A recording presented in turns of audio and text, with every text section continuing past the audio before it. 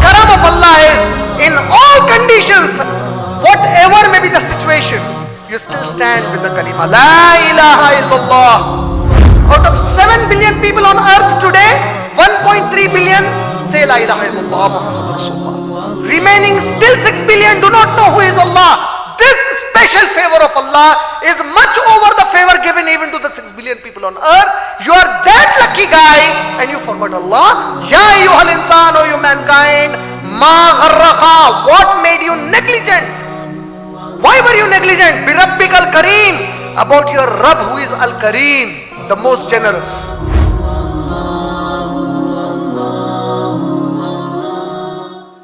بسم الله الرحمن الرحيم إذا السماء انفطرت وإذا الكواكب انتثرت وإذا البحار فجرت وإذا القبور بعثرت علمت نفس ما قدمت وأخرجت علمت نفس ما قدمت وأخرت يا أيها الإنسان ما غرك بربك الكريم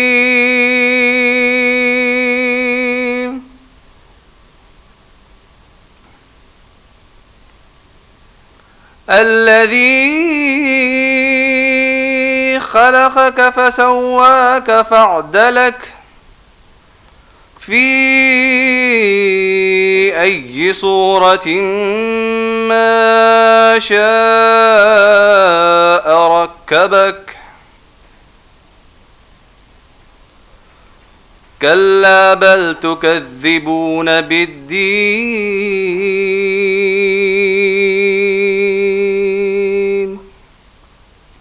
وإن عليكم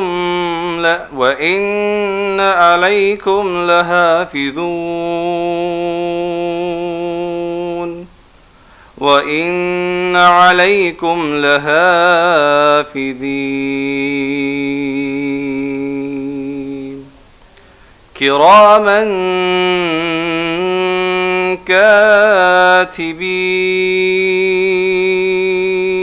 كاتبين يعلمون ما تفعلون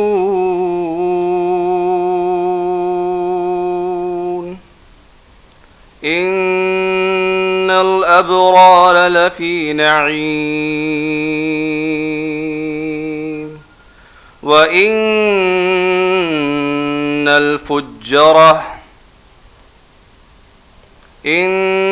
الأبرار لفي نعيم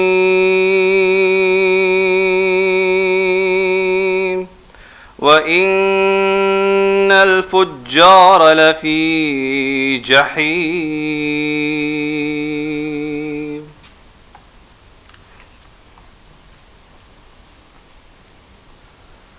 بسم الله الرحمن الرحيم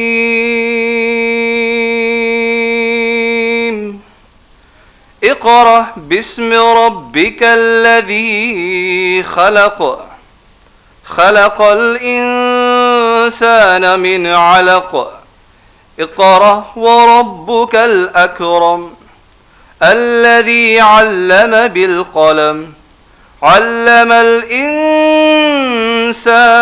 ما لم يعلم كلا يطغى أن رآه استغنى إن إلى ربك الرجعى. Inshallah, I shall now read the English translation of Surah Infitar, Surah number 82, ayat number 1 to ayat number 14, where Allah says, when the sky breaks apart and when the stars fall scattering and when the seas are erupted and when the contents of graves are scattered, a soul will then know what it has put forth and kept back. O mankind, what has deceived you concerning your Lord, the Generous, who created you, proportioned you, and balanced you? In whatever form He willed, He has assembled you. No, but you deny the recompense, and indeed appointed over you are keepers, noble and recording. They know whatever you do. Indeed, the righteous will be in pleasure, and indeed the wicked will be in the hellfire. Allah says in Surah Alaq, Surah number 96, ayat number 1 to ayat number 8, read, recite, proclaim in the name of your Lord who created you, created man from a clinging substance. Recite, proclaim, and your Lord is most generous, who taught you by pen, taught man what he knew not. No, but indeed man transgresses, because he sees himself self-sufficient. Indeed, to your Lord is your return. Bismillahir Rahmanir Rahim. Assalamu alaikum wa rahmatullahi wa barakatuhu. Myself, Muhammad Ali Muddin Khan, inshallah, shall be the master of conduct of this afternoon session at the IREF, that is Islamic Research and Educational Foundation. Alhamdulillah, on behalf of the IREF, I extend my hearty welcome to the brothers and the sisters for the first time at the new IREF office in inaugural talk marking the public inauguration of the new IREF office on this 22nd November 2015 Christian Era Sunday. Inshallah, in a short while from now, the founder president of the IREF, Brother Imran, shall recommence his English series of talks on the 99 names of Allah. Before inviting Brother Imran, I shall briefly introduce the 5-point focal commitment of the IREF, that is Islamic Research and Educational Foundation.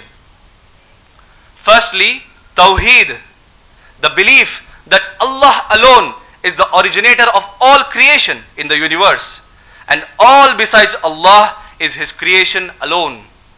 And Allah alone cherishes and sustains entire universe. As such, all deities worshipped besides Allah are not true gods, but are demigods.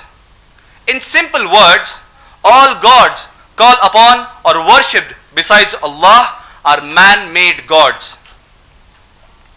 Secondly, Risalat, the belief that Allah alone chose Muhammad sallallahu alaihi wasallam as his last and final prophet and as his last and final messenger for entire universe.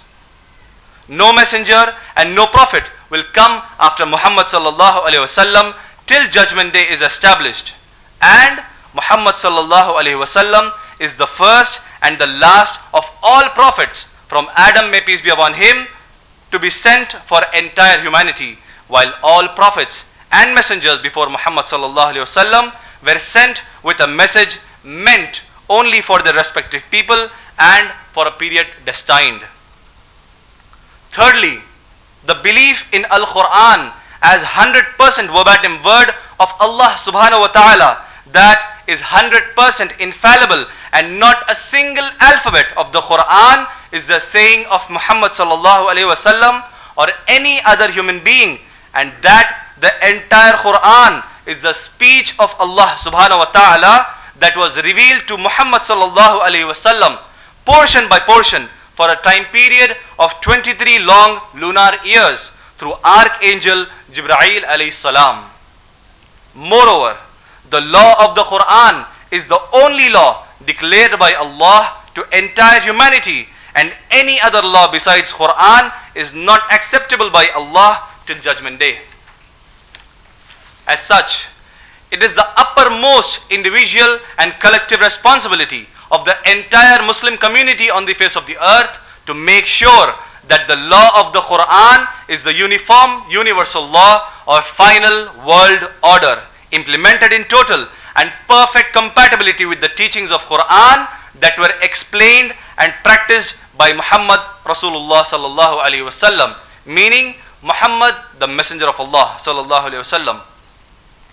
Fourthly, the belief in Akhirah, that is the day of assured accountability to the only Almighty God, Allah.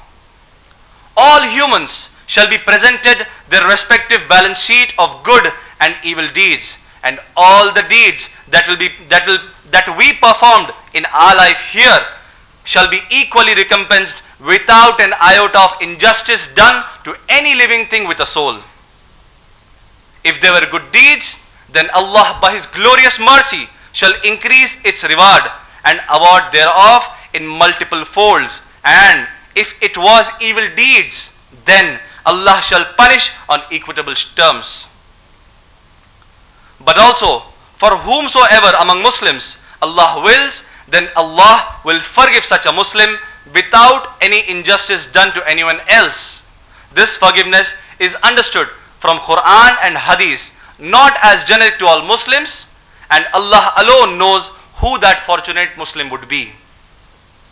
Hence, no Muslim can take a risk of committing sins openly or secretly, because his Creator Allah has warned every Muslim man and woman and every other human being through Quran that all shall bear the consequence of their respective actions that they did in this life.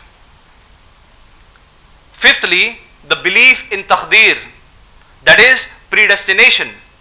All that happens in a universe is predestined, and predestination is an article of belief in Islam that cannot be perceived by any human senses, and therefore any discussion in detail on this may mislead us from its correct belief. But let me remind all of you that the most fundamental commitment of the IREF since its inception in Hyderabad city in February 1998 Christian era is Islamic Dawah, that is global propagation of Islam. Alhamdulillah, IREF, that is Islamic Research and Educational Foundation, under the undisputed leadership of Brother Imran, is emerging gradually on local, national and international level as an active and progressive Islamic Dawah, research and educational foundation to proselytize all the teachings of Islam in compatibility with the glorious Quran and authentic teachings of Muhammad sallallahu alaihi wasallam as understood and practiced by Sahaba Akram radiyallahu ta'ala anhum ajma'in, that is the male and the female companions of Muhammad sallallahu alaihi wasallam. For the same, the IREF conducts and accepts invitations for public talks, public interfaith and interreligious dialogues and debates and symposia on local, national and international level. Brother Imran has extensively traveled for Islamic Dawah to several places within our own country, India, as well as to countries like USA, UK, Australia, New Zealand, Singapore, Thailand, Malaysia, Saudi Arabia, UAE, Qatar, Kuwait and Bahrain. Since a long time, Brother Imran has tried to clarify the major most existing misconception about Islam in our times, and that is on the subject of jihad. Brother Imran has given more than once talks in detail on the subject of jihad and elucidated that jihad is actually a war on terrorism, a strife against terrorism and a solution to terrorism of all sorts on the condition that it is rightly understood and rightly done. He delivered a public talk in Melbourne on this subject in Australia, and thousands of non-Muslims and Muslims participated in the talk, and that finally led to a Christian girl accepting Islam during the question and answer session. Alhamdulillah, Brother Imran was bestowed by Allah subhanahu wa ta'ala the opportunity to speak on Islam at Fort Knox Army Base in the Kentucky state of the USA, supposed to be the world's most sophisticated army base.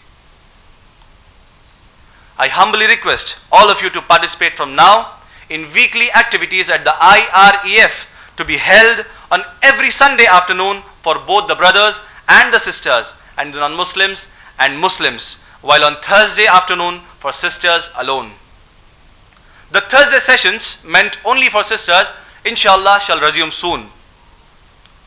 Also, in near future, the IREF shall advertise some excellent new activities related to Islam and Muslims, meant to benefit the entire global society as a whole.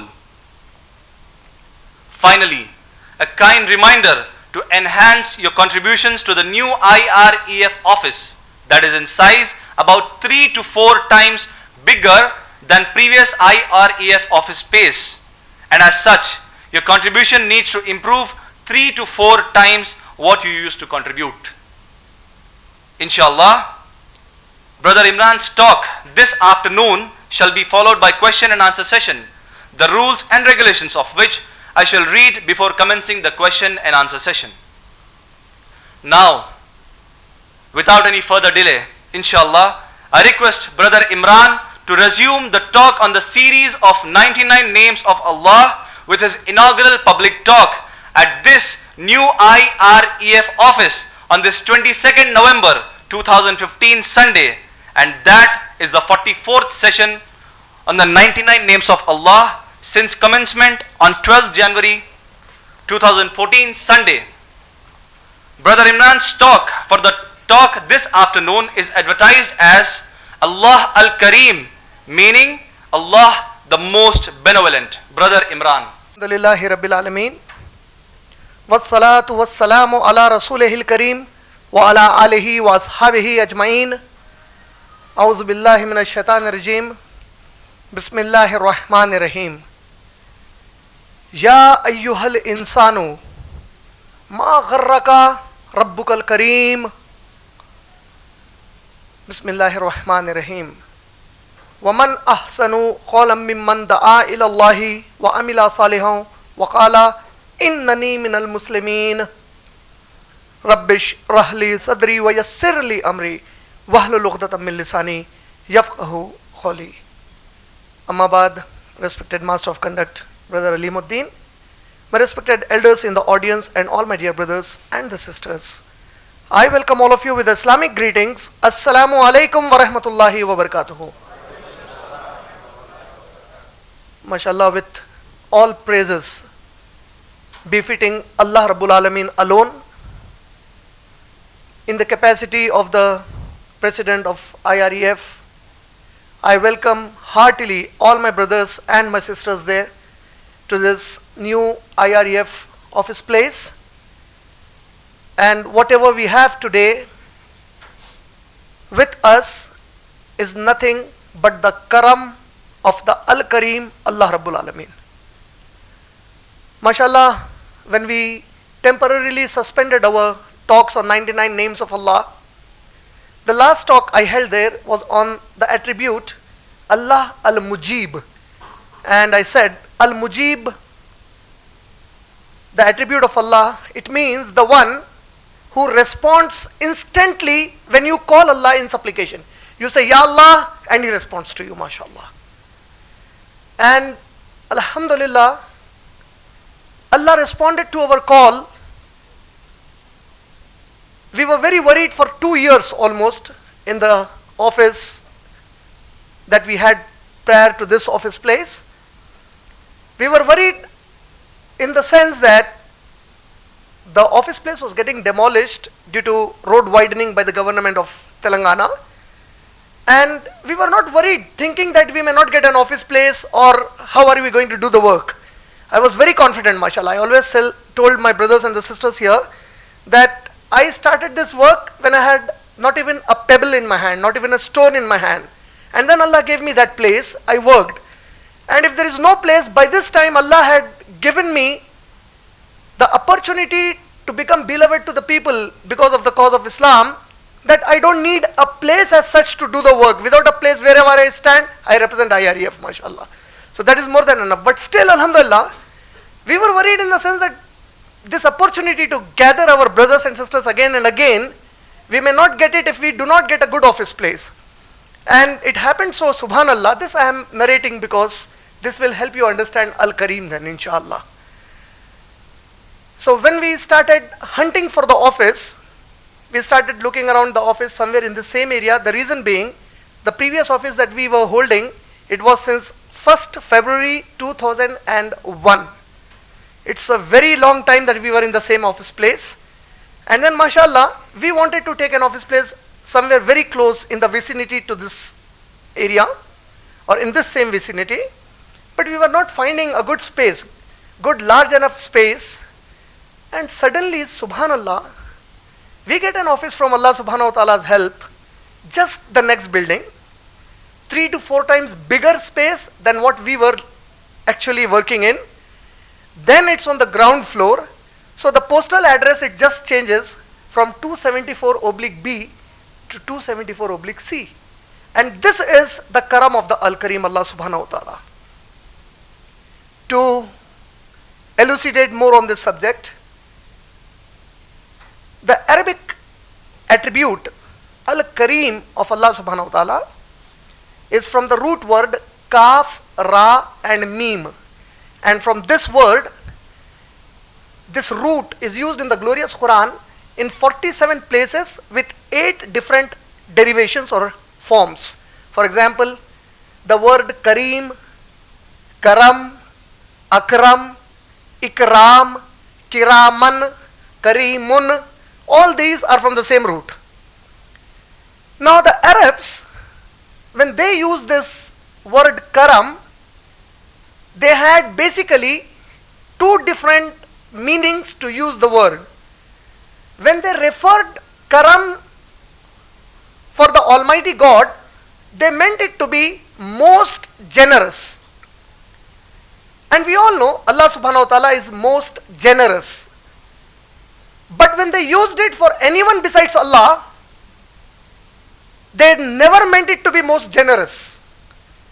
Anyone besides Allah being referred with the word Karam or Kareem of Arabic, it will never give an Arabic speaking person whose mother tongue is Arabic the sense that you are trying to call somebody as the most generous besides Allah.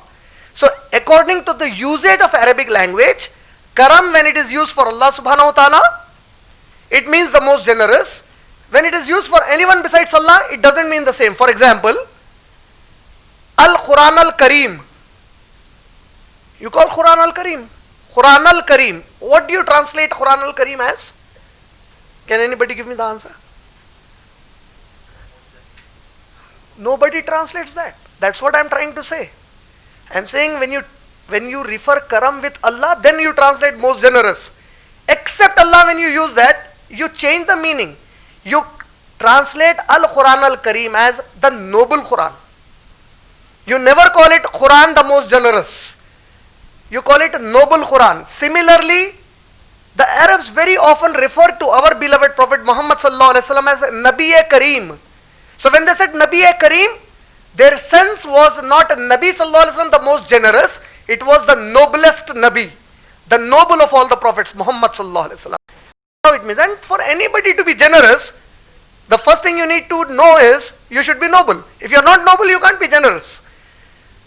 So nobility and nobleness, this is the meaning when it is used for anybody besides Allah subhanahu wa ta'ala. In Arabic language, the Arabs call grapes as karama. Now why do they refer grapes as karama? The reason being that for the Arabs, in a desert land where the richest food they could ever have was the date, khajur. And the date for them, it was not very easy to pluck. The date tree is such a hard tree. They have to climb it up, then they have to wait for the season, and they have to work hard, strive to get the dates. But when it comes to grapes, now when you have to pluck the grapes, the grape trees are very short, easily accessible to you. You can just pluck them. And they are in bunches. You can pluck the entire bunch. So now why did they call grape as a karama? Because they thought that compared to the date, this fruit is so easily accessible to us to have that in bunches you can have it. So they thought that this fruit is very generous for us. So they refer to it as karama. Our Nabi Kareem sallallahu alaihi wasallam, the beloved Prophet Muhammad sallallahu alaihi wasallam, he said that do not call grapes as karama.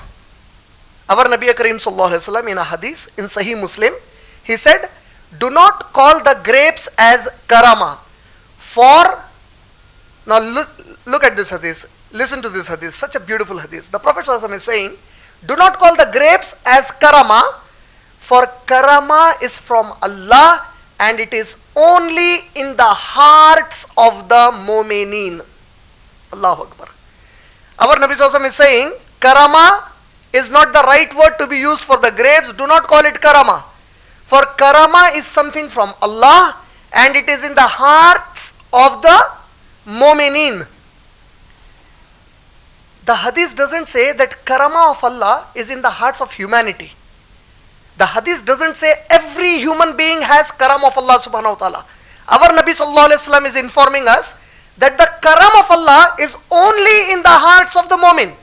Now what is this beautiful analogy that our Nabi Kareem sallallahu alayhi wa sallam is giving us? So to understand that analogy, you need to understand one ayat of the Quran first, from Surah Ibrahim, Surah number 14, ayat number 24. In Surah Ibrahim, Surah number 14, ayat number 24, Allah Rabbul Alameen, He said that the analogy of Kalima Tayyibah. Can anybody tell me what is Kalima Tayyibah? Sorry? A little louder? Ashhadu an la ilaha illallah, ashhadu anna. This is not Kalima Tayyibah. This is Kalima Shahada. Kalima Tayyibah is only La ilaha illallah. It ends there. Kalima Tayyibah is only La ilaha illallah. That's it. When you say Muhammadur Rasulullah, it is Shahada. That is witness. Kalima Tayyibah according to Quran and Hadith is only La ilaha illallah. Our Allah Rabbul Alameen in the glorious Quran, in Surah Ibrahim, Surah number 14, ayat number 24, Allah gives an example of Kalima. What is Kalima Tayyibah now? La ilaha illallah. What does La ilaha illallah mean? There is no God except Allah subhanahu wa ta'ala. Now when Allah Rabbul Alameen gives the analogy of this Kalima Tayyibah, Allah says the example of Kalima Tayyibah or the similitude of Kalima Tayyibah is like a tree, a very healthy tree. Its roots are very deep under the ground as much as its height reaches the skies. Now can you imagine? This tree, Allah subhanahu wa ta'ala says, is so powerful that the root of the tree is as deep as its height or its length or its tallness. And how tall is it? It reaches the sky. And it spreads its branches in the sky, giving shade. What is the analogy? The analogy is, see, I am repeating the point so that you assimilate it, so that you connect it when I come to the main subject. Analogy is the Kalima Tayyibah, La ilaha illallah. There is no God but Allah. Its example is like a tree. The roots are so deep. See, if the root is very deep, can you pluck the tree from the ground easily? You can't even shake it. The more deep the tree's roots are, the more difficult it is for you to even shake it. Now Allah says, the Kalima Tayyibah is such a tree that its roots are so deep under the ground as much as it grows up. And how much can it grow up? It can grow up to the, and sky is not just 1 meter or 20 meter or 100 meter high from the ground. Allah knows how high is the sky. Because what is sky according to the science? According to the science, the limitation of your vision that can look up and say this is where I can see the end of something and there I can see the gaseous blue color sky, that is sky. Allah alone knows how far is the sky from our ground. So Allah says, look at the beautiful example Allah is setting. Based upon your vision you decide where is the sky. Based upon the fertility of the ground, the tree can grow. So now this kalima tayyaba Allah is saying is like a tree whose roots are so deep under the ground as much as it grows up. And its branches spread out giving shadow to others, giving shade to others. Then our Nabi Karim sallallahu alaihi wasallam says, where is the karam of the Al-Karim? In the hearts of the? What does Allah say in the Quran in Surah Al-Alaq, Surah number 96, ayat number 3? Allah says, Iqra wa rabbukal akramal ladhi allama bil qalam. Ayat number 4 is allama bil qalam. Allama al insana ma lam ya'lam. Ayat number 5. Allah is saying, Iqra. See, we all know this was the first revelation given to Muhammad sallallahu alaihi wasallam. When you read Sahih al-Bukhari, volume number 1, hadith number 3 and hadith number 5, the beloved Prophet sallallahu alaihi wasallam, narrated by Aisha radhiyallahu ta'ala anha, she says Allah's Messenger sallallahu alaihi wasallam said, the first wahi to be revealed to me was Surah Al-Alaq or Surah Iqra. That is Surah number 96 in our Quran that we read, based upon the chronology of the surahs that Muhammad sallallahu alaihi wasallam decided on authority of Allah subhanahu wa ta'ala. Now in this surah, the first 5 ayat, these 5 ayat were the first revelation to Allah's Messenger. Allah's Messenger did not receive Surah Fatiha as the first revelation. Allah's Messenger sallallahu alaihi wasallam did not receive Surah Ikhlas as the first revelation. Not Surah Kafirun, not Surah Yasin, not Surah Rahman. The first revelation is, it begins with A'udhu billahi minash shaitanir rajim, Bismillahir Rahmanir Rahim, 5 ayat. Iqra bi ismi rabbikal ladhi khalaq. Recite, read, learn, educate yourself in the name of the Lord who created you. Iqra bi ismi rabbikal ladhi khalaq. Khalaqal insana min alaq. Created the mankind from alaqa. Then Allah says, Iqra wa rabbukal akram alladhi allama bil qalam. Read in the name of your Lord who is most generous. Rabb means the one who sustains, the one who cherishes. And Allah says your Rabb is most generous. Read in the name of your Lord, the most generous. What does Allah say? Alladhi allama bil qalam. We taught knowledge to the mankind by pen. That is what we see. Pen is mightier than the sword. That is what everybody accepts, and that is truth. Pen is mightier than the sword. By pen we taught the knowledge. Then what does Allah say? Allamal insana ma lam ya'lam. We taught mankind that which they knew not before. See, you and me, we were born. Had Allah not sent Muhammad sallallahu alaihi wasallam and all messengers before him, we would never have known who is Allah subhanahu wa ta'ala. Had Allah not revealed the books like Quran and other books, we would never know who is Allah subhanahu wa ta'ala.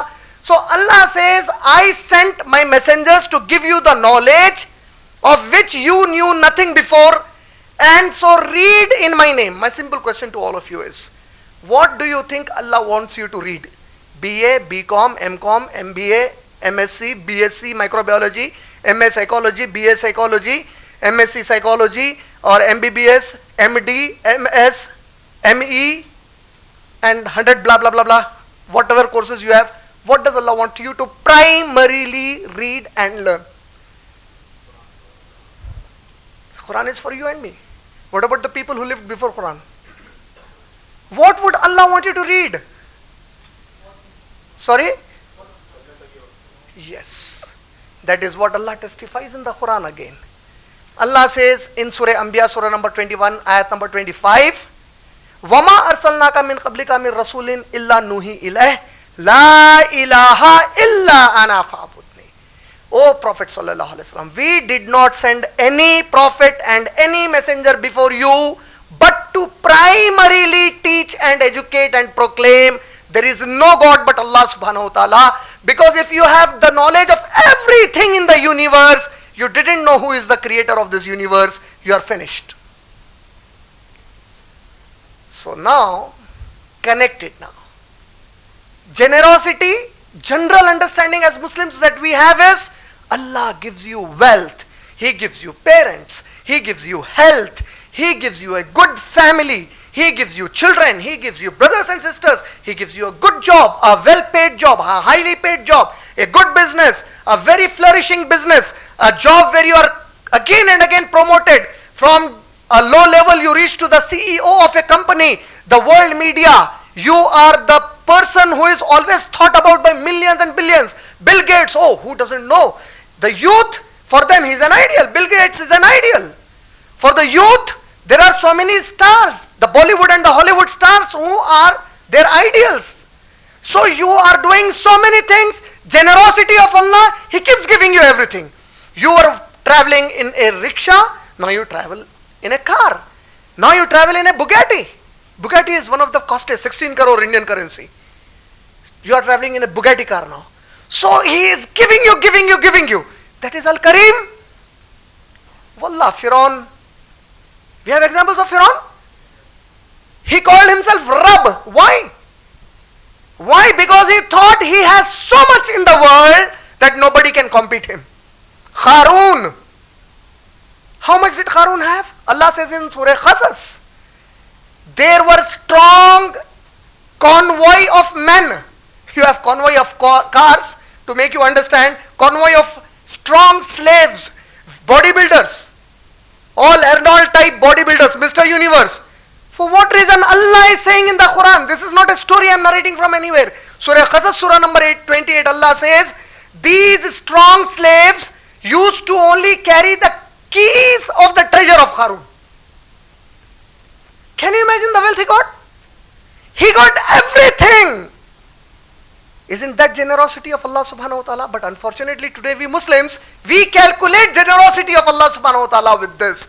And our Nabi sallallahu alayhi wa sallam, he says, the generosity of Al-Karim is in the heart of all human beings. Not even Muslimin. In the hearts of the Mu'min. You may be a Muslim, but you can't be a Mu'min. What is the difference between a Muslim and a Mu'min? Very simple. A person can be a student of the best, Loyola College. Which is the topmost college today? Oh, Loyola College.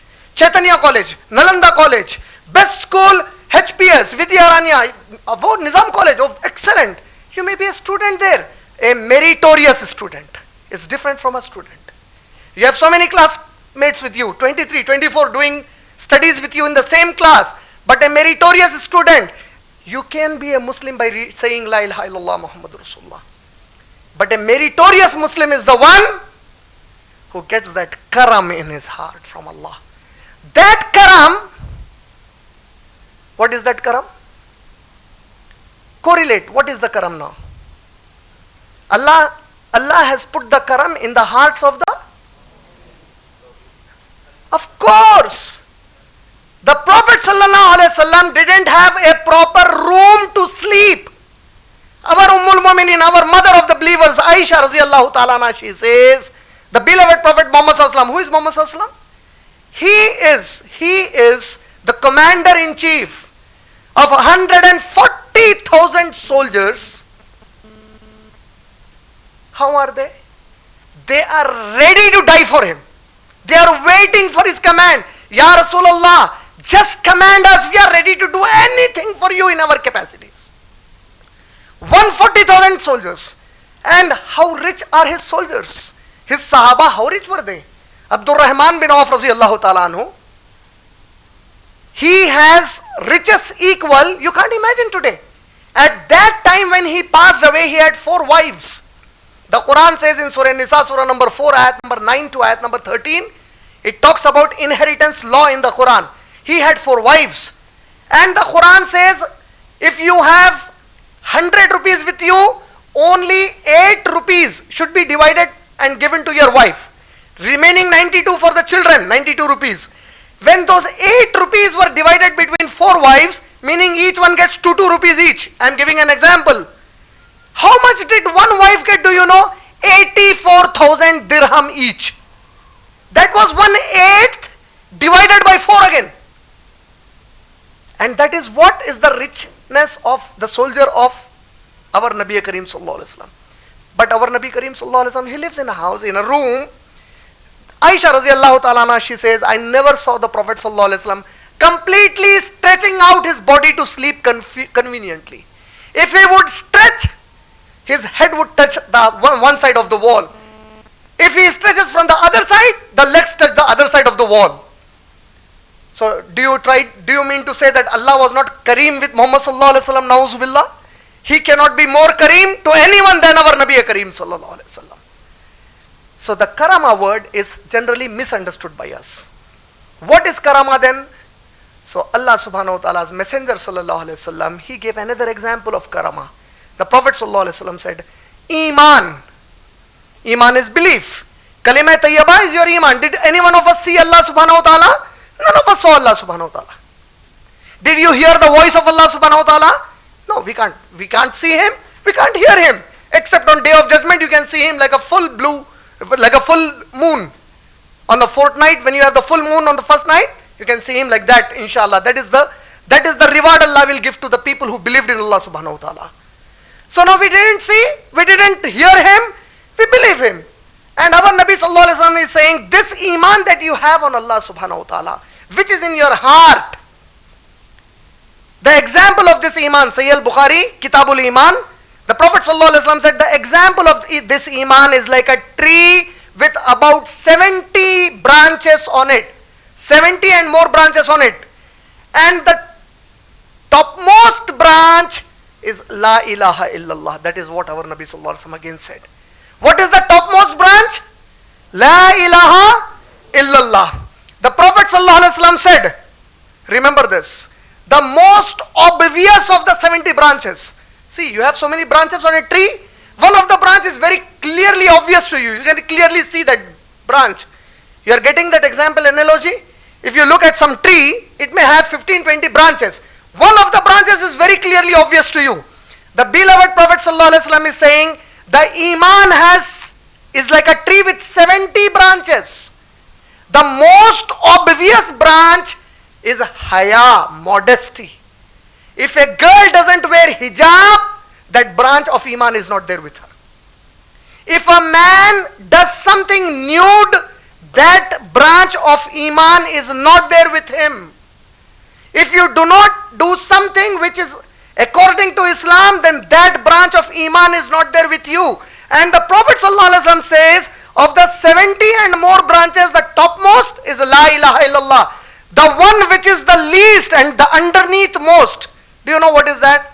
The Prophet ﷺ says, if a Muslim, if a mu'min, he sees something which can hurt another Muslim brother. Look at what Muhammad ﷺ is saying. If he sees something which may hurt another human being, he will not rest unless he shifts it away or moves it away so that other person doesn't get injured with it. Or some trouble is not removed which may cause a harm to another person. This means, according to the scholars of Islam, if today you find something in the society that can harm another human being and you do not strive to remove it, in the sight of Allah and Muhammad Sallallahu Alaihi Wasallam, you are without an iman in you. You may be claiming I am a Muslim. And what worse do you want today as a situation as a Muslim, where you being a Muslim invite others to do evil against Allah and Muhammad Sallallahu Alaihi Wasallam to spoil the society? You can judge yourself how much Allah is favoring you. It's a favor from Allah. This Tawheed is a favor from Allah. How big is this favor? See, because this we got from the moment we took our first breath coming out of the womb of our mother. When you said this, there was somebody pronouncing the Azan, Allahu Akbar to you. You grew up, everybody Allah, and you are learning Allah. Your first words are Allah, Allah. You grow up more, La ilaha illallah. So you are learning it and you don't care this. How important is Islam, do you know? there was a Sahabi by the name Hakim Raziyallahu Ta'ala anhu. And this Sahabi, Rasul Sallallahu Alaihi Wasallam, he lived for about 121 years. His age when he died was 121 years. 60 years he was in kufr. He was a disbeliever for 60 years. Remaining 60 years, he was a Muslim. When he became a Muslim, read the kalima, read the shahada, he asked our Nabi Kareem Sallallahu Alaihi Wasallam and he said, Ya Rasulullah, before becoming a Muslim, I never committed shirk. I never associated other gods. Though I didn't know who is Allah, but I still didn't go to false gods to worship them. I never committed fornication or adultery. I never committed zina. Ya Rasulullah, I never ever touched alcohol. Ya Rasulullah, I never gambled. I never committed theft. I never hurt anybody. In fact, in night time, I would patrol the streets of Makkah to find out if there is some pregnant woman in some house. If I knew there was a pregnant woman, I would mark that house, ask those people, when will she deliver the baby? I would return at that date, and if a baby girl was born, when the people of Makkah would bury alive the girls, I would purchase that girl, bring her to my house, bring her up, care her till she grew up and get her married to somebody. All these good things I was doing, Ya Rasulullah. I want to ask you a simple question. Subhanallah, look at this hadith. 60 years he has been serving this goodness. This good deed. Never drank, never committed zina, never ever gambled. He didn't do any major evils. And he's asking, Ya Rasulullah, in fact I used to do these good things. I want to ask you, Ya Rasulullah, will Allah on Day of Judgment reward me for the good things I did when I was a non-Muslim? Will Allah reward me for that? Because Allah is Al-Kareem. He is most generous. He is Al-Wahhab, the one giving without accountability. He is Ar-Rahim, Ar-Rahman, the most gracious, the most merciful.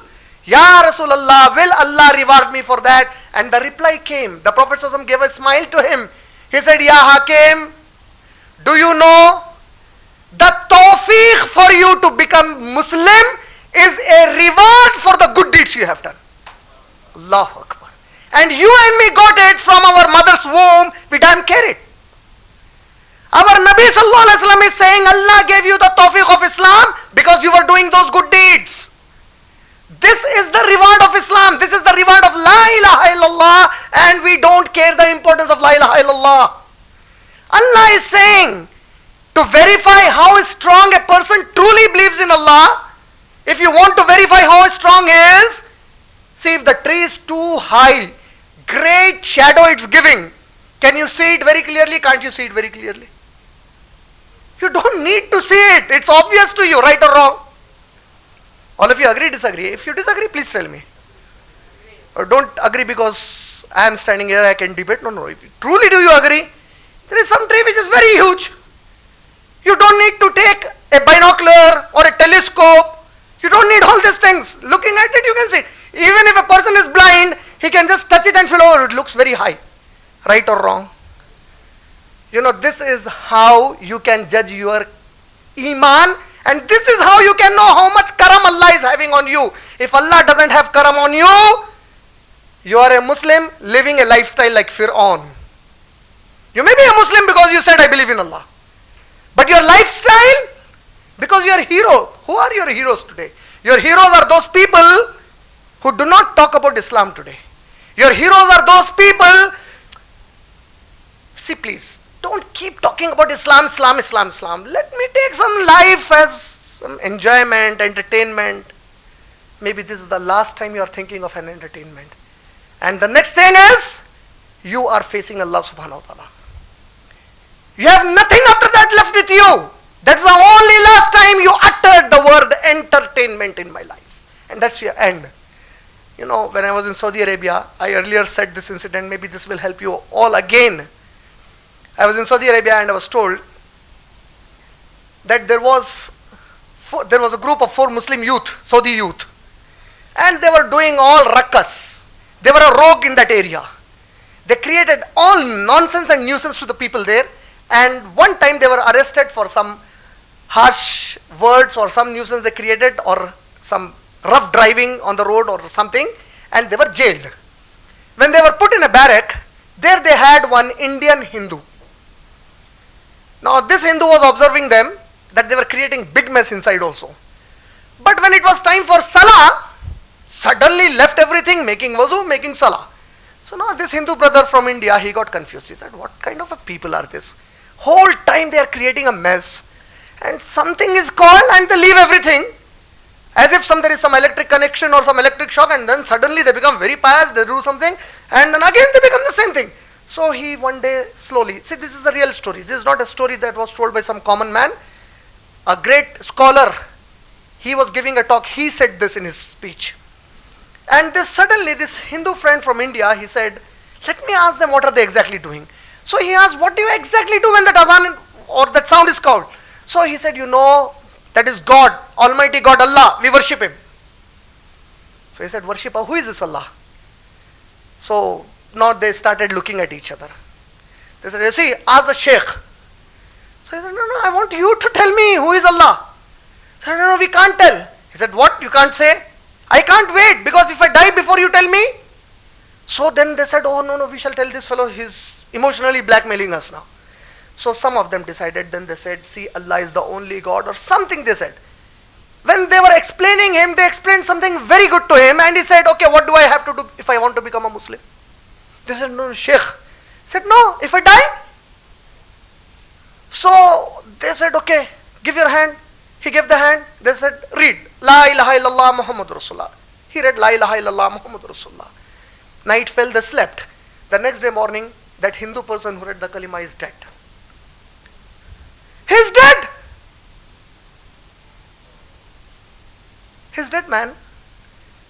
Had they not given that kalima, on the day of judgment he would have stood to say, Allah, Allah, I asked them, who are you? They didn't tell me who you are.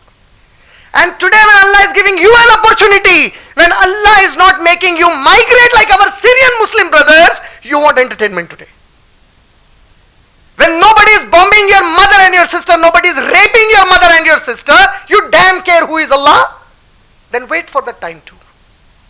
Wait for the time. What is the guarantee Syria will not happen in Hyderabad? If Allah, the Syrians never thought this situation will come to them. The Afghanis never thought that. The Iraqis never thought that. It happened because when they forgot Allah, Allah forgot them. That is what Allah says in the Quran. Allah says in Surah Hashr, Surah number 59, ayat number 15, 16, 17, when you read, Allah says, when they forget me, I appoint a shaitan over them. Can you imagine? If shaitan whispers you something, you seek Allah's protection saying, A'udhu billahi minash shaitanir rajim. You are seeking Allah's protection. But Allah is appointing a shaitan on you. If Allah himself appoints a shaitan, who can remove that shaitan from you now? But to whom does Allah do that? To the people who forget Allah subhanahu wa ta'ala. What does forgetting Allah subhanahu wa ta'ala mean? Easy to remember. Easy to remember. Easy to understand whether you have forgotten or not forgotten. 5 times salah, you perform, you don't perform, you don't perform, you forgotten, finish. Everything is secondary. Everything is secondary. Your psalm, zakat, hajj, your obedience to your mother, father, being good to everybody, everything is secondary. Nothing is as important as salah. Salah is something our Nabi Kareem sallallahu alaihi wasallam said, the prophets will be questioned about salah. Who are you and me? You forget Allah, Allah appoints a shaitan over you. And what does the shaitan do then? It takes you away from Allah subhanahu wa ta'ala. And if you are gone away from Allah subhanahu wa ta'ala, it's your destruction for you. So what is Al-Kareem now? When you think of most generous, please come a little level over that understanding. Generosity means a job in MNC at high tech. Generosity means a good family life. Generosity means a home, zati ghar, own home, not a rented place. I shall be in my own home. See, where is your own home? Your own home is only that place where you are put down after you die. That's your own home. The Prophet sallallahu alaihi wasallam said, Allah called Prophet sallallahu alaihi wasallam and said, O Muhammad sallallahu alaihi wasallam, say to my slaves, every slave who is born on this earth takes away a portion of his place from this earth, and his own place is where he is put. That's your own place. Everything else you leave. And we understand generosity generally with the sense that generosity means a good life, a good family, a good home, a high salary, a happy family life where, shameless people today from our community, they take their family to watch a movie and they don't feel bad about it. Why is this happening? Because that is what Nabi Kareem sallallahu alaihi wasallam is saying. A time will come when they will do haram in the name of halal. So what is haram? Haram is watching a movie with your sister, with your whoever you are. You are watching somebody naked on the screen. You are enjoying it. You don't feel disgusted watching those things which are so severely forbidden in Islam, and you take them your ideals. And what did the Prophet ﷺ say? Whomever you loved in this life, you will be risen up in Akhirah with them. You love Shah Rukh Khan, so be with Shah Rukh Khan in Akhirat. You love Salman Khan, you will be with Salman Khan in Akhirat. You love Muhammadur Rasulullah, you will be with Muhammadur Rasulullah sallallahu alaihi wasallam. The choice is yours. The choice is yours. And the karam is, Allah says in Surah Balad, Surah number 92, we showed them two ways and left them to decide to choose one of them. We didn't force them on any way. We showed them two ways.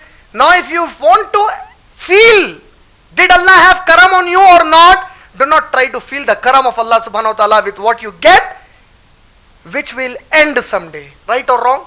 Whatever you get of this life, it's going to end. What continues with you is the Tawheed, La ilaha illallah. Your relationship with that La ilaha illallah, that continues with you. And how does it continue? That is where we get the examples of our Sahaba raziyallahu ta'ala anhum ajma'in. What happened to Bilal raziyallahu ta'ala anhu? See, we can't even imagine that situation. How hot is the temperature in Arabian lands? It's touching 50 to 55 degrees centigrade. It's not a joke. 50 to 55 degrees centigrade temperature is not a joke. And in that heat, the Malik, the owner of slave Bilal raziyallahu ta'ala anhu, he heard that Bilal raziyallahu ta'ala has become a Muslim. What does he do? He drags Bilal raziyallahu ta'ala anhu without any shirt, dragging him in that heat. And what was the result? His skin, it roasted on his back. It roasted. They were able to see the backbone. It got roasted that way. And what was the demand? The demand of the owner of Bilal raziyallahu ta'ala was only one. He said, once if you say Allah is not the true God, I am ready to leave you.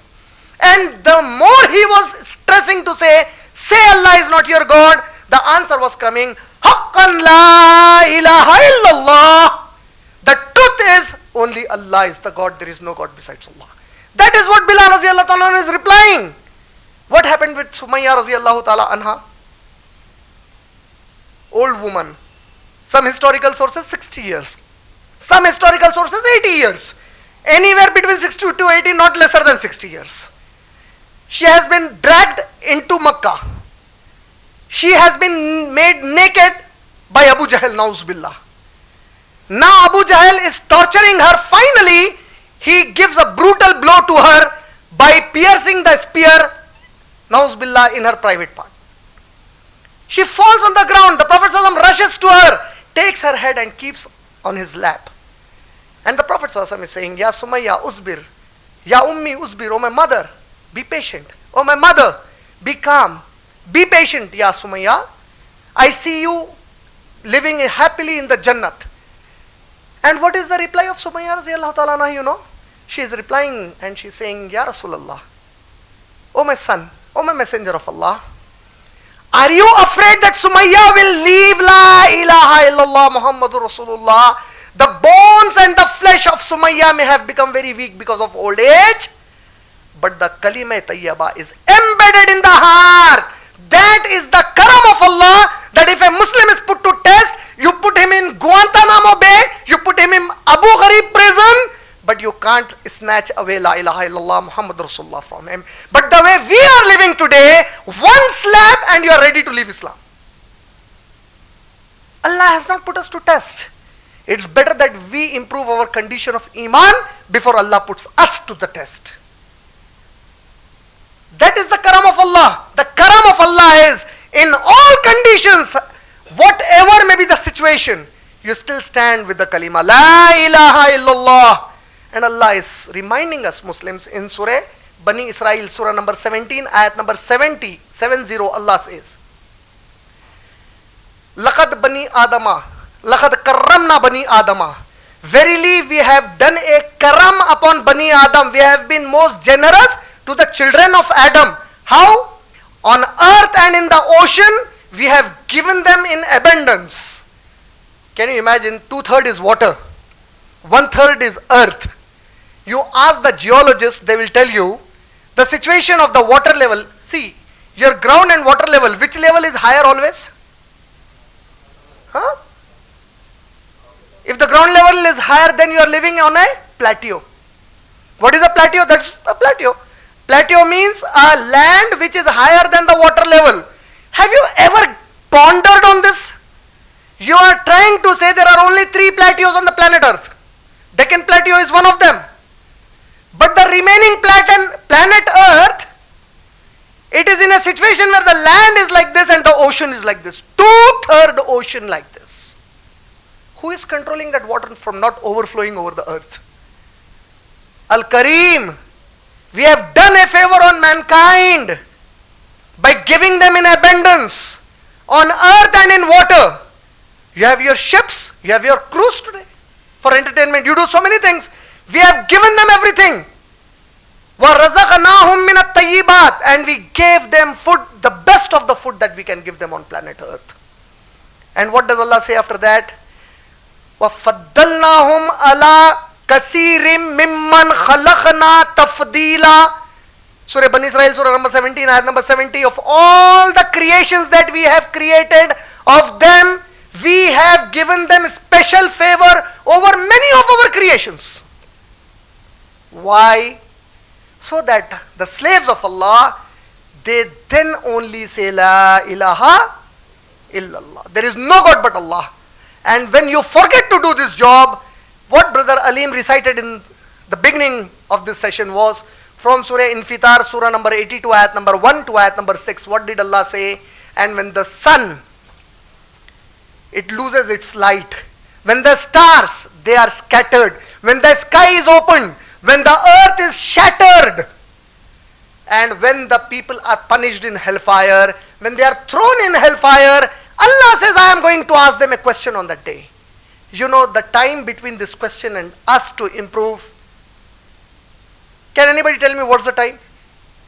How much time is left for you to improve? And this question where Allah says, Ya ayyuhal insan, O you mankind, Ya ayyuhal insan, Ma gharraka bi rabbikal kareem. What made you negligent about your Rabb who was most generous to you? Why were you negligent about that Rabb who was so generous to you? And to us, he is generous by what? By giving us the tawfiq of Islam, La ilaha illallah Muhammad Rasulullah. Out of 7 billion people on earth today, 1.3 billion say La ilaha illallah Muhammad Rasulullah.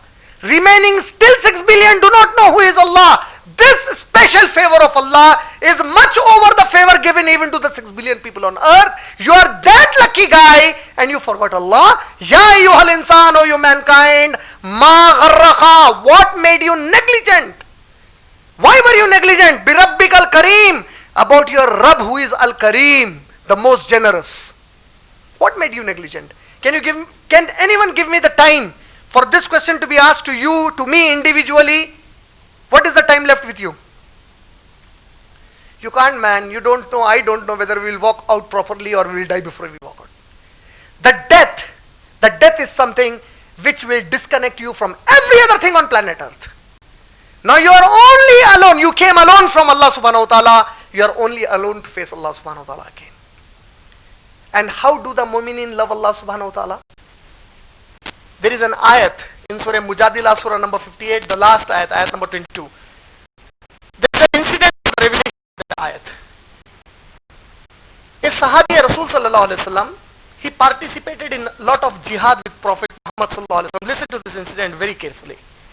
This Sahabi, whenever he went on jihad, he made a dua to Allah subhanahu wa ta'ala, Ya Allah, I don't want that disbeliever to face me on the battlefield. I don't want to face that disbeliever on the battlefield. Oh Allah, don't let him face me. Oh Allah, don't let him face me. And it so happened that in one of the wars, the person whom this Sahabi didn't want to face, he came face to face and he was about to attack Muhammad sallallahu alaihi wasallam. The moment this Sahabi understood that he was going to attack Muhammad sallallahu alaihi wasallam, he took out his sword and chopped off the head of that person. After the war was over, some people gathered and they said, oh, you were making dua that this person should not come in front of you, but you see, so you easily chopped his head off. He said, I was not making that dua because I was afraid of that person. Look at what the Sahabi is saying. I was not making the dua to Allah that he shall not face me because I was afraid of him. I was making dua because that person is my father. And after that incident, the Sahabi was feeling a little guilty that I have killed my father. Allah revealed an ayat in the Quran, Allahu Akbar, only for that Sahabi. Allah said, those who truly love and believe Allah, they never take for friendship those who oppose Allah. Even if those who oppose Allah be their own father and their mother, their own brothers or their sisters, their own family members or their friends. These are the people who succeeded in this life and akhirat. For them are waiting gardens in heaven, under which rivers flow. These are, Allahu Akbar. Can you imagine what is Allah saying? Allah is saying the true believers, the true mu'min. Where is the karam of Allah? What is the sign of the mu'min? Revelation comes. The true mu'min is one that if they find somebody opposing Allah, they do not take them as friends, even if the people opposing Allah are their father, their mother, their brother or their sister, their family members or their friends. They are successful in this life and akhirat. And what does Allah say, you know? These are my party. Can you imagine? They are the party of Allah subhanahu wa ta'ala. This is the karam of Allah. You know, all emotions that are attached to us today are your mother, your father, your brother, your sister, your family. And Allah is saying, if you find anyone opposing me and my messenger, see, you can't kill because you are not on a battlefield. You can't slap them because they are elders to you. But if they do something silly, you have so many families today. There are so many people who come here and they say, my father is making a mockery of the Quran. Muslims, I'm saying. Among the main close people from IREF, there are so many brothers who have their uncles, their brothers who make fun of ayat of Quran. How can we befriend these people now? How can we say these people are our Muslim friends and Muslim brothers and sisters in our iman? And Allah is saying the karam of Allah is, when you start disliking such people, this is because Allah has karam in your heart. This is because Allah wants you to feel that you are the party of Allah subhanahu wa ta'ala. And that is the reason Allah says, the ayat that we have put here, وَمَنْ أَحْسَنُ قَوْلًا مِمَّنْ دَعَا إِلَى اللَّهِ وَعَمِلَ صَالِحًا وَقَالَ إِنَّنِي مِنَ الْمُسْلِمِينَ. Who can be more better than a person in speech who invites people to Allah, does good deeds, practices good deeds, and says, I am of those who are Muslims. So how is Allah Al-Kareem? Allah is Al-Kareem when you start to understand what is Tawheed and you reflect with what is Tawheed. And the last point that I want all of you to really reflect upon yourself to understand how strong you are in Tawheed is, in the same example in Surah Ibrahim, Surah number 14, ayat number 24, Allah says, the tree has fruits all the time. Can you name any tree with fruits all the seasons? Do you know any tree which can, see, not hybrid trees. I'm not talking about hybrid trees. I'm talking about genuine original tree that can give you fruit 12 months. The only tree with fruits for 12 months is the tree of Tawheed. Meaning, the explanation, the tafsir of this ayat is, if you have Tawheed in your heart, you can never sit quiet without disclosing Tawheed to others, without inviting others to Allah. That is what Allah is saying. If that tree with you, this heart is the soil. It's the soil on which Allah has planted the seed of Tawheed, that tree. If that soil which you have here, it's fertile, the greater the tree grows, the more number of fruits. If you have more number of fruits, how do I know it? You introspect yourself to know how many people did you invite to Allah, how many times did you oppose when somebody said this is what Allah says and this is what Muhammad says. You think you become successful? See, today you are given power over your son, over your daughter, over your brother. So you stop these people, or you stop your sister from doing something, your daughter from doing something, your son from doing something, your brother from doing something. So you think, I told them you can't do this. So they don't do it. You think you have become successful? No. There is a time when you will be facing Allah subhanahu wa ta'ala and He will ask you, why did you oppose what I said in Quran and what my messenger said? Why did you oppose that? Who were you to oppose it? If I gave you something, it was to examine you how you use or misuse it. How did you misuse it? So it's better that we correct ourselves. It's better that we do it immediately before somebody pounces on your head to force you to migrate out of this place. Wa akhiru da'wana alhamdulillahi rabbil alamin. Inshallah, I shall announce the rules and regulations for the question and answer session that shall commence soon. But before that, I shall request all of you to kindly contribute before you leave now and later also through donations made in favor of the IREF, done in cash or by check, or transferred directly to Indian Overseas Bank, Vijayanagar Colony Branch, Hyderabad, pin code 5,28,000, Telangana State, India. The current account number is 107 102 000 000 763 and the IFSC code is IOBA 0001071. The transfer of donations in the bank shall be in the favor of Islamic Research and Educational Foundation. And now, the rules and regulations for the question and answer sessions are: questions shall be short and to the point, and if I, as Master of Conduct, find any question that is not favorable to the decorum of purpose of the session, then I am authorized to refrain the speaker from answering such a question. Questioners, both the brother and the sister questioners, shall state their respective names and qualifications or designations before posing the question to enable the speaker for giving a more justified answer. The questioner shall not try to argue or debate and instead shall wait for the next turn to ask his or her question, and the next turn to any questioner is possible only when there are no more questioners in the queue or I feel to give a certain questioner to ask the next question. Questioner shall raise his or her hand and our brother or sister volunteer shall bring the mic to the questioner to pose the question.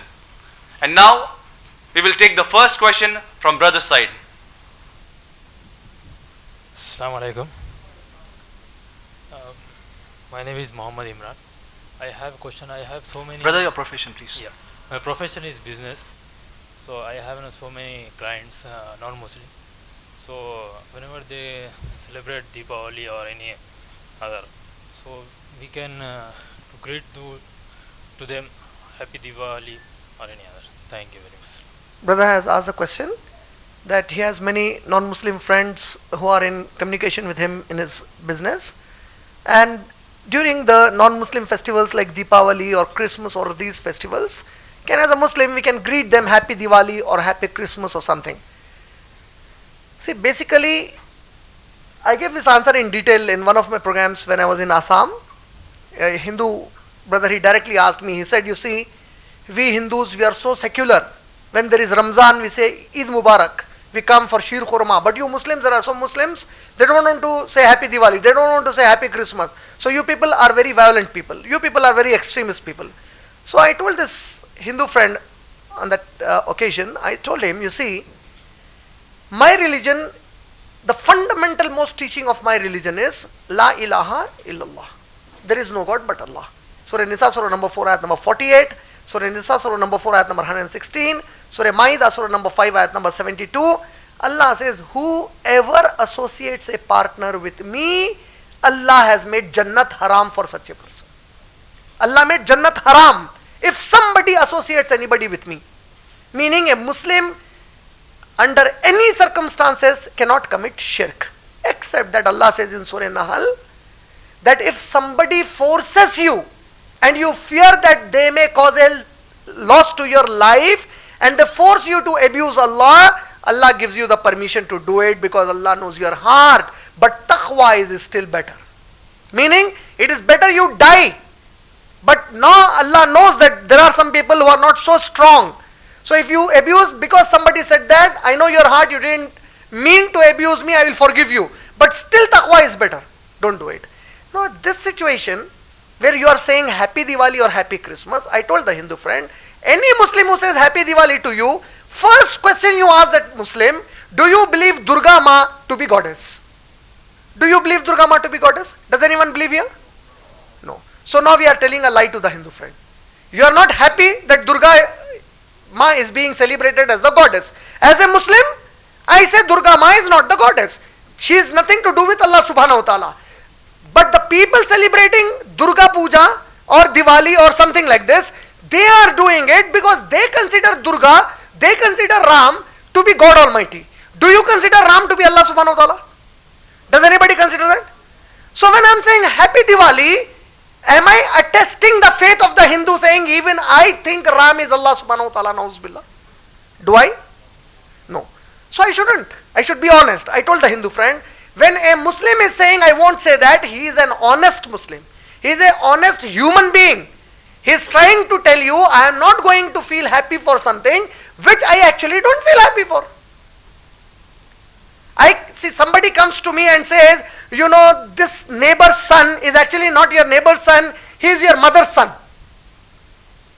He is trying to abuse my mother now.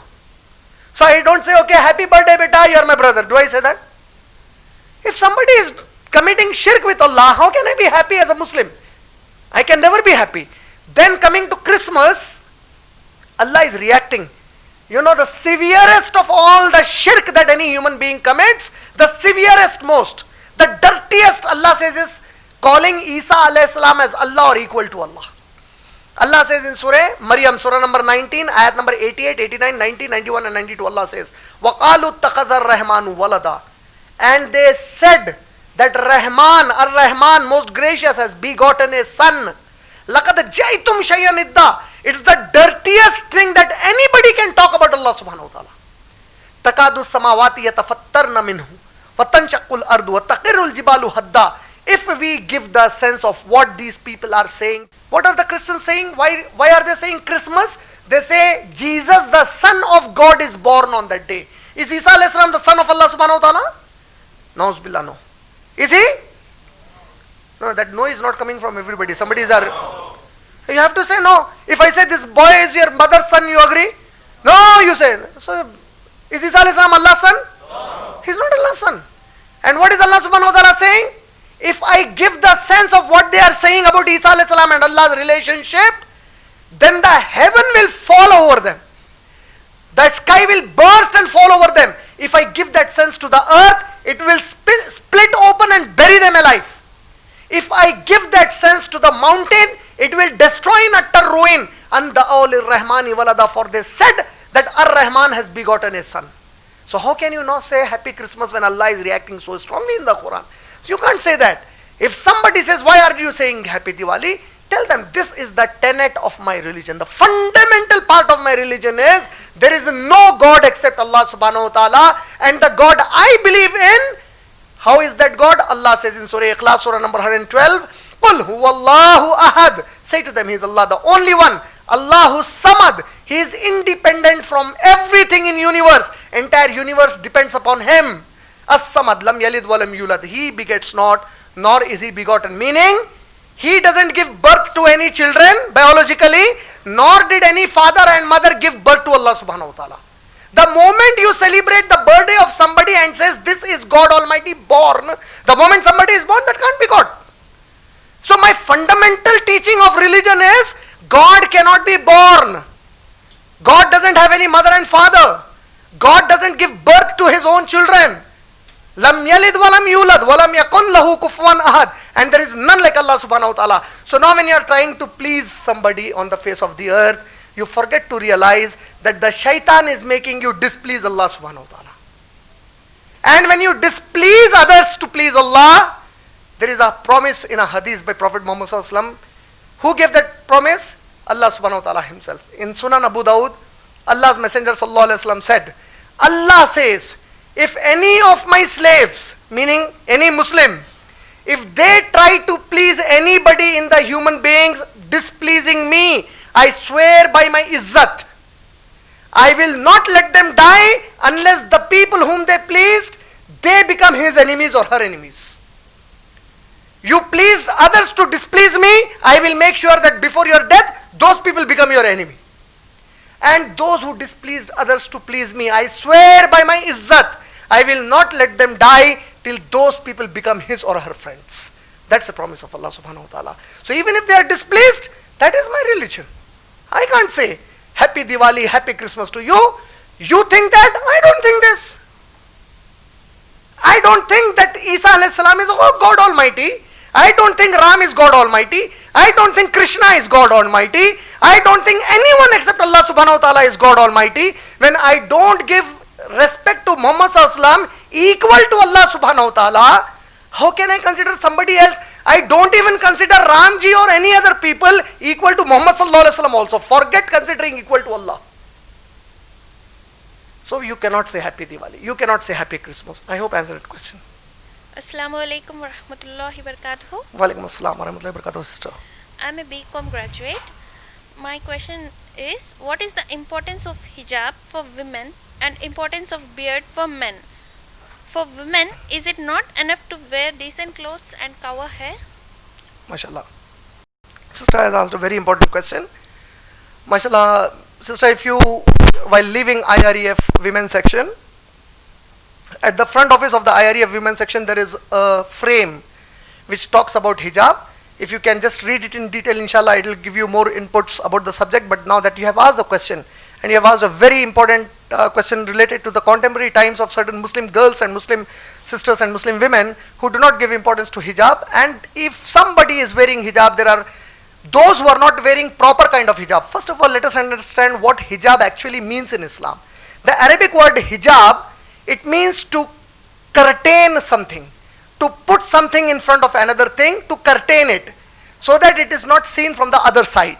That is what is hijab in Arabic. Now, those people who want to linguistically argue about the Quran, these people, they say the word hijab is not mentioned in the Quran. Fine. Don't call it hijab. I also say don't call it hijab. But still Allah mentions about covering of the women. Allah says in Surah Nur, Surah number 24, ayat number 31, and Surah Ahzab, Surah number 33, ayat number 59. Two places Allah gives the command that a woman must cover herself from head to toe. Now what is the ayat, sister? You said decent clothing. A simple question. I am very sure you are a Muslim sister. Are you there at the mic, sister?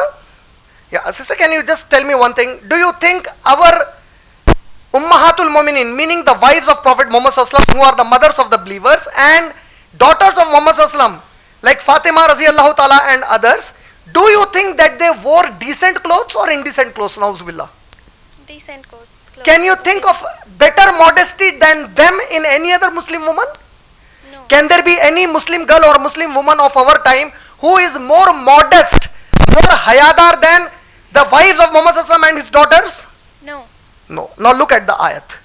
Allah says in Surah Ahzab, Surah number 33, ayat number 59, Allah says, A'udhu billahi minash shaitanir rajim. Ya ayyuhan nabi. There are many ayat in the Quran, about more than 6,000 ayat. Very few in which directly Allah specifically addresses Muhammad sallallahu alaihi wasallam. And this is one of them. Allah says, Ya ayyuhan nabi. O Nabi sallallahu alaihi wasallam.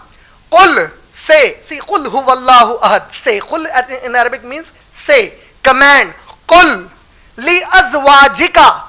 Say to your wives. Azwaj is from Zawja. Zawja means spouse. Azwaj means spouses. The spouse of a man is his wife. Say to your wives, Qul li azwajika wa banatika. Bin in Arabic means son. Bint means daughter. Banat means plural of bint, daughters. Ya ayyuhan, look at the ayat, sister. Ya ayyuhan nabi, O Muhammad sallallahu alaihi wasallam, O Nabi sallallahu alaihi wasallam, Qul li azwajika, say to your wives, wa banatika, and to your daughters, wa nisa'il mu'minin, and say, nisa means women, mu'minin Muslim, and say to the Muslim women, yudnina alayhinna jalabibehinna, say to them to cover their garments with an upper garment. In Arabic, if you go and check the Arabic dictionary, jilbab is referred to a covering that is taken over your clothes, not the clothes itself, sister. You got my point, sister? You said are decent clothing enough? So the ayat is jalabi behinna, yudnina alayhinna jalabi behinna. Say to them to cover their clothes with a garment from top to bottom. You got my point, sister? Yeah. Jilbab is something which is worn over the clothes. Jalabi behinna from top to bottom. Now, can you imagine in the ayat, Allah subhanahu wa ta'ala, sister, I want you to reply me. In the ayat, what did Allah say, O Muhammad sallallahu alaihi wasallam? Say to your, can you repeat with me, sister? Whom did Allah command Muhammad sallallahu alaihi wasallam to say to first? Say to your Wife. No, I want the sister to reply there. Wife. To the wives. Meaning, wives means Aisha, Hafsa, Sauda. You have Juwairiya. You have all these Ummahatul Mu'minin, great Ummahatul Mu'minin, Aisha Raziyallahu Ta'ala, our mother, the daughter of Abu Bakr Siddiq Raziyallahu Ta'ala. So Allah is commanding Muhammad sallallahu alaihi wasallam to say to Ummahatul Mu'minin. After them, whom did Allah command? Sister, please tell me. Their daughters. The daughters. You mean Fatima Raziyallahu Ta'ala anha, Bibi Ruqayya, Bibi Umm Kulsum, Bibi Zainab, right, sister? Yes. Whom is Allah asking these women to cover in front of? Other men. Who are those other men, sister, at that time? Sister, they are men of the caliber of Abu Bakr and Umar Raziyallahu Ta'ala. Allah is saying to the wives and daughters of Muhammad sallallahu alaihi wasallam that even if you go in front of the people of the Iman of Abu Bakr and Umar, you will cover yourself. You cannot go without covering yourself. Do you find any man who is equal to Abu Bakr and Umar in our society today, sister? No. You can never. No. Then look at the ayat. After the wives and the daughters who were commanded to wear the hijab? Sister? All the women. All the Muslim women, right? Yeah. These Muslim women are said that if you come in front of Muhammadur Rasulullah, you will cover yourself and come. You cannot come without covering yourself. Can you imagine how serious is the subject of hijab in Islam? Allah is saying that even in front of Muhammadur Rasulullah, you Muslim women cannot come. And today we say, oh, we are cousins. We don't have that feeling. Saleh hijra hai. What are you? Are you namard? Are you an inanj? See, people say don't use these words. What shall I use? Allah is commanding Bibi Fatima, Bibi Aisha to wear hijab, and you say I don't feel like this for my cousin sister. What do you feel? You don't have feelings? Go to a doctor for a checkup. Astaghfirullah. And there is no question of feeling and no feeling now. The Quran didn't say if you have lustful feeling then cover it. What are you trying to say? Allah is talking about Nabi Kareem sallallahu alaihi wasallam and saying to the Sahabiyat, even if you come in front of my Nabi, come covered. Can there be anybody better than Muhammad sallallahu alaihi wasallam on earth? How can we dare say then this is such a serious subject? You can't imagine this. Then the face, the arms and the feet, they can be left uncovered. They are not obligatory. They can be, doesn't mean it is encouraged. When can they be left? The Quran defines again. Allah says in Surah Nur, Surah number 24, ayat number 31, Qul lil mu'minati, say to the Muslim women, they shall lower their gaze, guard their modesty, meaning they should not commit zina, and they shall not show their beauty, zinat. The Arabic word zinat means The moment any sister applies talcum powder, wears a nose ring, applies mehendi or paint, or any decoration on the hand, it's fard to cover it now. It's obligatory, farz now. There is no condition of can I, can't I. Quran says the moment you apply zinat, cover it. What is zinat? Anything over your natural beauty you apply, you need to cover it. This is how serious Quran is about hijab. All the historical books about the time of Muhammad Sallallahu Alaihi Wasallam and his wives, the moment this ayat was revealed, Bibi Aisha, Sahih al-Bukhari, she says, if you read Tafsir Ibn Kasir for this, you will find Bibi Aisha, she says, the moment this ayat was revealed, we pulled the curtains from our homes and we wrapped ourselves with those curtains. We didn't even wait to say, Ya Rasulullah, we don't have hijab, we don't have a cloth, what shall we do? Look at the severity. They pulled the curtains from the doors and they wrapped around themselves. Hijab. About the beard, the Prophet Sallallahu Alaihi Wasallam is the best example to mankind. Allah says in Ahzab Surah number 33, ayat number 21, لَقَدْ كَانَ لَكُمْ فِي رَسُولِ اللَّهِ أُسْوَةٌ حَسَنَةٌ. The best example for mankind is in Muhammadur Rasulullah Sallallahu Alaihi Wasallam. If you read Sahih al-Bukhari, volume number 7, hadith number 5892, narrated by Umar Radiyallahu Ta'ala anhu, the Prophet Sallallahu Alaihi Wasallam said, grow your beard and trim your mustaches. This is the command of Muhammad Sallallahu Alaihi Wasallam. Those young brothers who think, "Arey sunnat hai na, kya hota nahi kare to."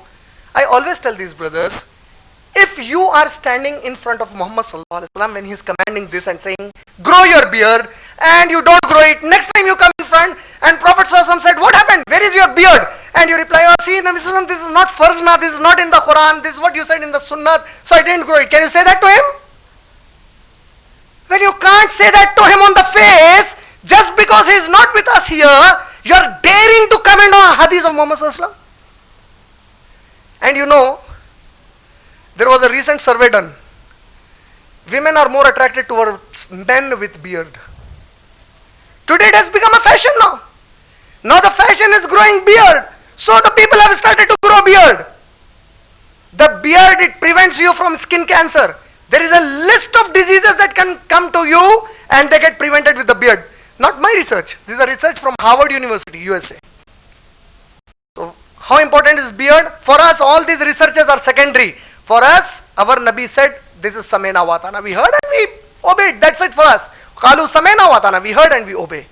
With this, I would like to conclude the talk.